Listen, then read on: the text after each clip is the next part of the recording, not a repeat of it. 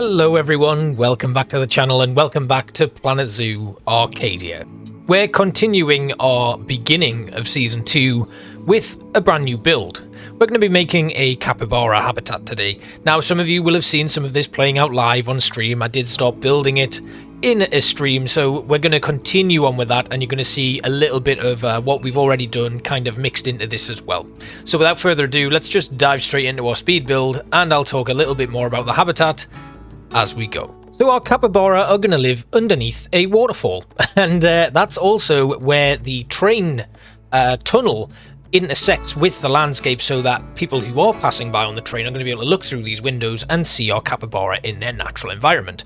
So the first thing I needed to do was do a little bit of rock work on the underside of this cave system and above where our waterfall is actually going to originate from. So on top of this hill, there's like a little watery structure that we've not yet fleshed out, but that's going to happen in another episode, not this one. We're just going to build the front-facing part of the waterfall so that it becomes part of our habitat, using a mixture of tropical rocks and these stalagmites just to create a nice bit of variation within our build, making sure that everything kind of matches up color-wise. There we go, nice and easy. And we just repeated these patterns and merged in some Scaevola bushes and a few other bits and pieces that were tropical grassland and in with the South America theme. This habitat is going to become the first of 3 habitats based in a tropical South American setting. We're going to have the caiman and another one which I'm not going to tell you about. You're going to see the caiman in the background here at some point. We haven't actually done the habitat, but they have been marked up for where they're going to go. They're actually going to go right next to the capybara habitat. So we're going to make sure that there's no chance of them merging together, because I imagine that caimans would find a nice tasty snack within the capybara. Anyway, we're just making some rock adjustments here, pulling this all the way out to get it nice and fleshed out properly.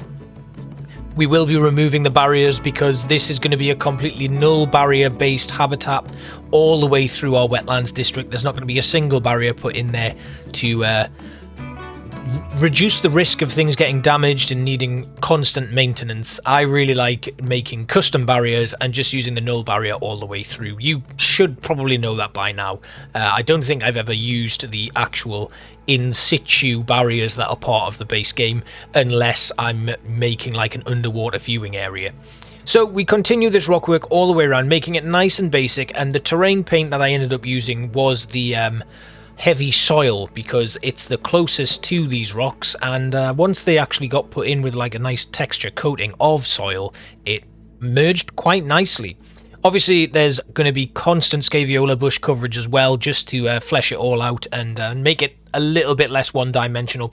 You can see here that the rocks don't look amazing so far, but as we start layering up on top of things, it really comes into its own and it forms a really nice background for the rest of the build.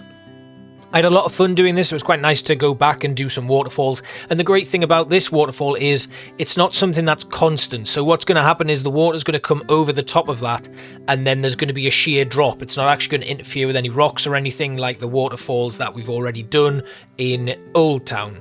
So there's literally going to be this really nice cascade of water coming down, and that's going to block the parts of the habitat where the capybara are going to be able to go and get some privacy and just sleep right underneath that waterfall, which I thought was a really nice little touch. Originally I'd wanted to put caimans or some sort of other crocodile here, but the way that it's all worked out, I think the capybara being in here is probably the nicest thing to do, because it really opens up this area and gives people a nice easy introduction to the wetlands before they move on to some larger reptilian creatures further in. So coming in with a couple of more detailed bits of rock work here, we're just making sure that everything lines up properly. I then took a little bit of a detour and decided to make my backstage area. So this was just to make sure that I had the gate all lined up and got everything in place. Obviously I had to adjust the barriers. Basically what I did in the last episode, if you've not watched it, I mapped out the entirety of this wetlands biome so that we kind of know what habitats are going where. There's 16 species in total and 8 exhibit animals that are going to be put in here. Obviously that is subject to change as the zoo grows. Like I said, I want to fit every single animal in the game in this one, so it may well be that we have to put in a few new animals into these districts. I was thinking about maybe putting, I think it's the there's a monkey that actually fits in quite nicely with the capybara that I may bring into this. I think it's the capuchin, but we'll think about that another time, because for now it's just about getting the capybara in place. And I wanted to make this little cave look a little bit more standout-ish and have some sort of purpose. So I brought in these temple support beams and made some nice little pillars to go in there, making sure that it wasn't knocking back into the tunnel and interfering with our railway, and that was pretty easy. I started having trouble with foliage and stuff here, but I'll talk a little bit more about that later. So we put in those temple pillars, and obviously you're going to see now the theme is that kind of South American pack temple sort of structures. So the next step is going to be probably doing something with the barriers or continuing the rockwork all the way around. But I think that's a really good start. The next, we probably build the waterfall out a bit more now, because we need to get that sort of stuff in place. And if you did catch the stream, you saw us messing around with the waterfalls a little bit until the raccoons put paid to our plans, but I did manage to come back and sort it all out. So here I just wanted to make sure that we had the barriers in this pool hidden completely, and once that was done, we then came back in with our branches and stuff just to add in some finishing touches.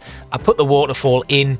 I didn't want to show any of the process of me actually building the waterfall, because it's quite tedious and there's a lot of shall we say suspect camera work in those pieces. But if you do want to catch me actually building this section live, you can go back and watch the live stream.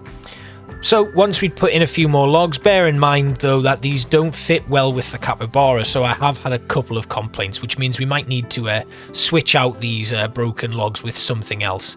That's not much of a problem though, we can work that out. And here we go with our foliage decor, which is going to be mainly Scaevola bushes with a few other bits and pieces in.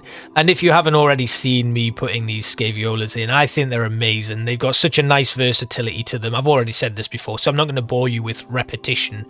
But just look at the way they fit in with rocks and stuff. There's no real clipping, and it just looks like a really nice fluid kind of build.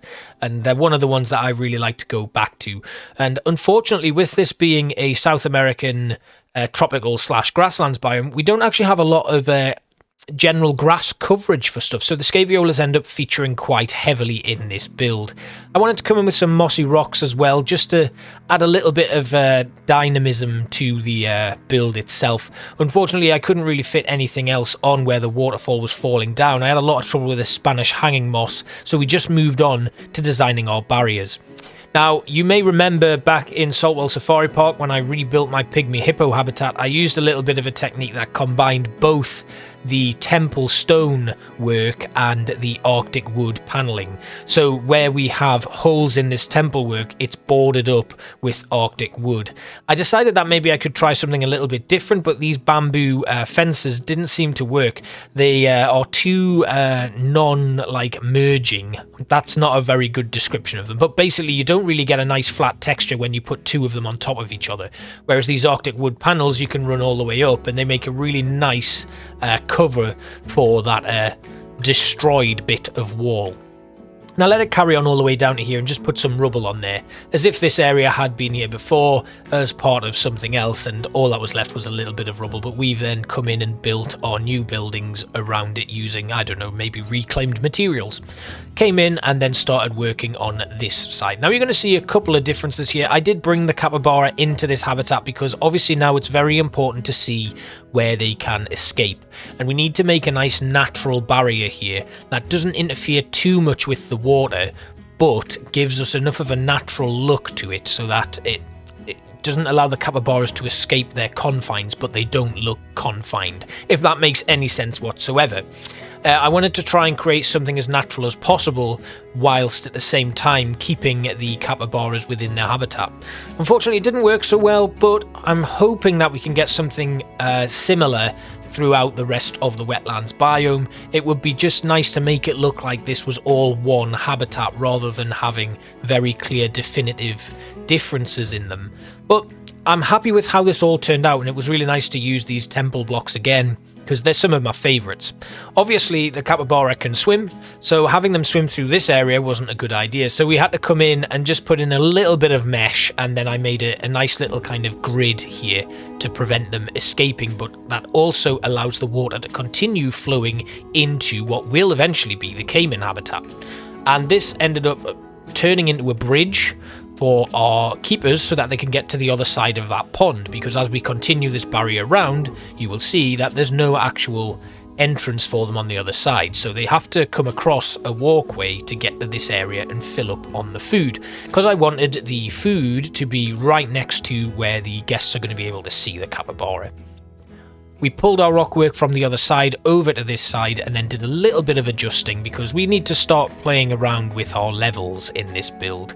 Everything seems quite flat at present, so I'm really looking forward to adding in a few hills and making some terrain adjustments just to make it look like more of a natural looking landscape, because at the moment having it just flat, it's not particularly easy on the eye, so we'd like to do a few adjustments to that as well. This then continued all the way along. We made a flat texture by spinning around one of these temple blocks and brought it all the way along. I then started working on what eventually would be the guest viewing barrier, using again Arctic wood. Now this was okay, and I think I'm happy with it, but I'd quite like to remove the mesh that eventually gets put in here, because what I wanted to do was have this really nice open space so that guests could look into these habitats and really see the capybara in their natural habitat. Now, unfortunately, the only viewing platform that they have at the moment is this area here. We could actually have the mountain biome have a little overhead look to see further into this habitat, or we could have a little gap between the caiman habitat on the opposite side so that there's a little bit more viewing space there for guests. But right now, I'm happy with this as it is. I'm just thinking about moving some of the mesh parts. Now over here, you can see we've put one of the taps in, the enrichment items for our capybara, and I would like to make a little bit of a pool here, like like a little hot tub made out of these stone temple pieces. Obviously, I had a little bit of trouble lining them all up because when I had the flatten to surface tool on, it kind of put them in at a weird angle. So once we got that straightened up, we brought it into position as a nice flat piece, and then we made sure to put a nice floor on it, and obviously adjusting that tap was really important. The first time I tried this out, the capybara did the animation where it was actually under the tap, but it was about 10 foot away. So that was a really strange experience, but it's all good now. Put in some stone flooring and it just looks like a really nice little sauna type situation. I then put a little mister in as well. I could have used the mist and bubbles that come with just selecting the water, but that would give us mist in the entirety of the lake here, and I don't want that. I would like it to stay a little bit varied, so I just used one of the special effect misters to create a nice little pool here. That made it look nice and warm for our capybaras. And once it had all been adjusted and put into place properly, we just needed to make sure that our capybaras could actually access it, which meant lowering things a little bit and then creating a little bit of a step up, because there's no point having this if the capybara can't actually access it. Obviously, with playing on hard mode, the enrichment items can become a bit of an issue, and I've been thinking about the long-term kind of future of the whole project in terms of the hard mode that we're playing on, and that might get quite difficult to manage with having to replace enrichment items in every single habitat on like a bit of a rotation. So we're going to think about that moving forward. I really like the challenge of playing franchise mode in hard mode and stuff, but if it gets to the point where we're starting to see it affect the overall playthrough of the whole thing, we may need to make some considerations. Not abandoning franchise mode, because that's how I always play, but maybe dropping the difficulty down to easy mode so that we don't have those enrichment item boredom levels setting in. I don't think it's particularly realistic for an animal to get bored of its enrichment, but you know, I'm not experienced. I'm not a zookeeper, so that could be an actual thing.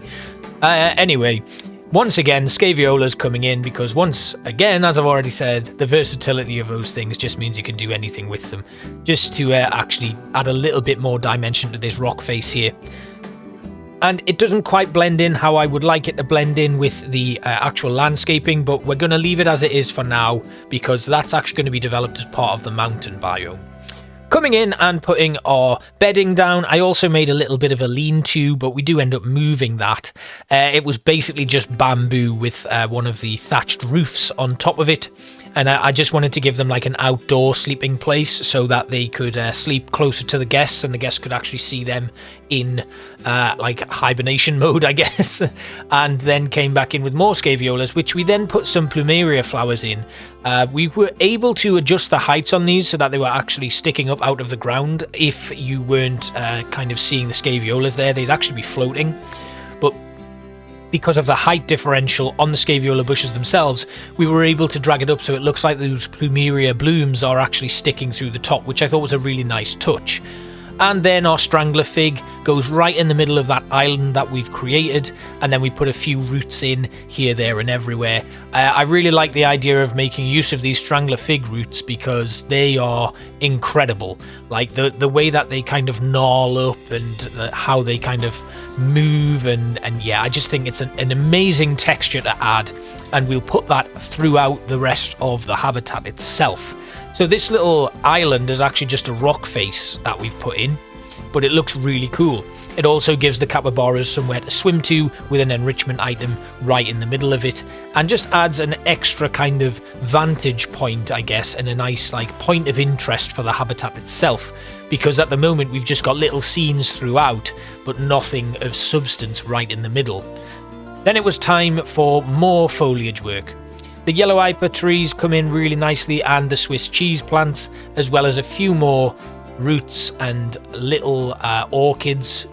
I then used the custard apple tree, sunk it right into the ground to create like a little bit of bushwork running up next to the first barriers, and then giant rhubarb plants that were sunk in pretty nicely so that it was just the leaves sticking out of the top.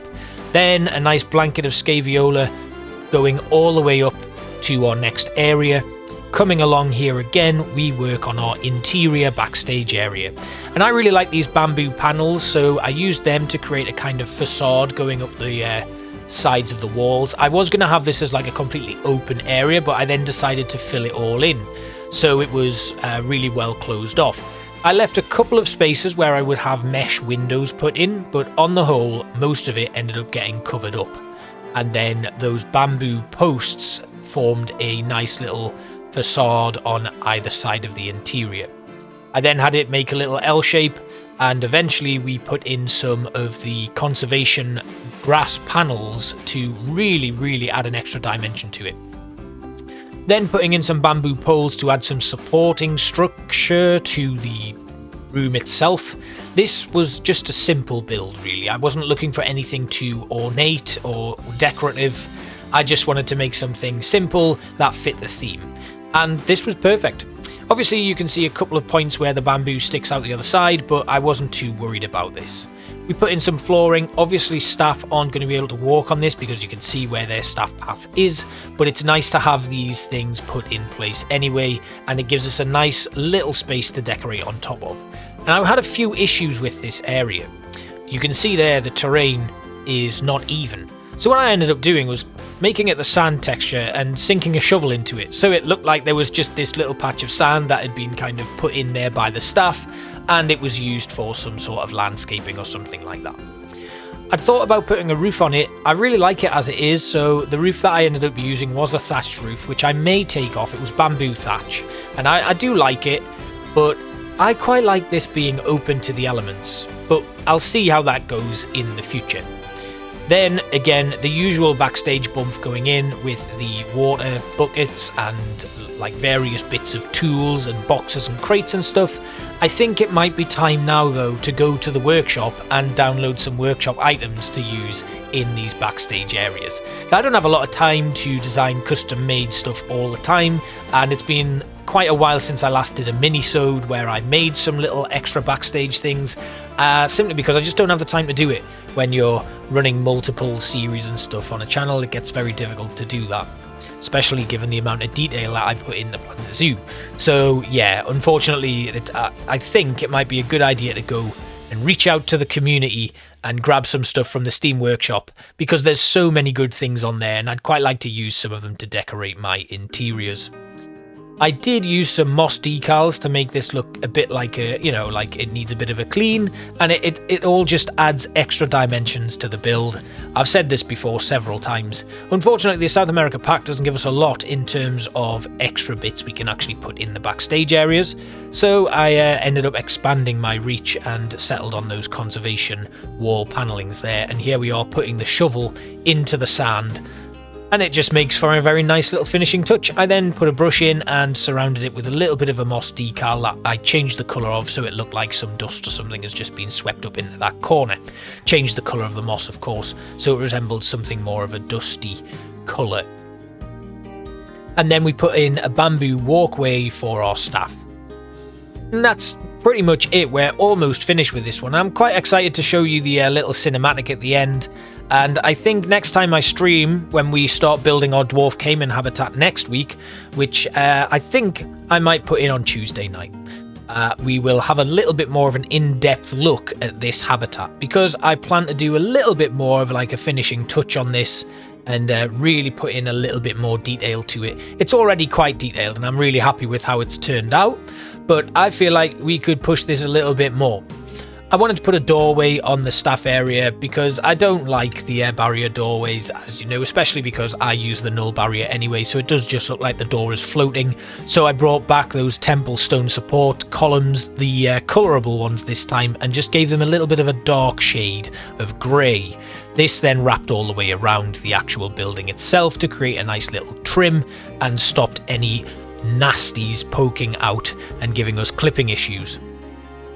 But I'm really happy with how this one's turned out. It's looking really cool, and I'm quite excited for the tour at the end, like I've already said.